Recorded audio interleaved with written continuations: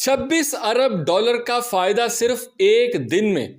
जी हां, देने वाला जब देता है छप्पड़ फाड़ कर।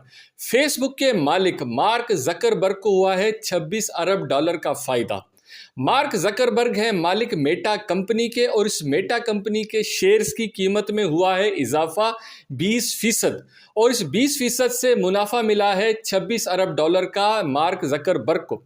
ये मार्क जकरबर्ग मालिक हैं फेसबुक, इंस्टाग्राम और व्हाट्सएप के। इनकी कंपनी का नाम है मेटा, और इस मेटा कंपनी पर सरमायाकारों का बढ़ता जा रहा है एतमाद, और उस एतमाद की वजह से इनके शेयर्स की कीमत जा रही है ऊपर। इन 26 अरब डॉलर्स के बाद मार्क जकरबर्ग की कुल दौलत का तखमीना हो गया है 170 अरब डॉलर्स।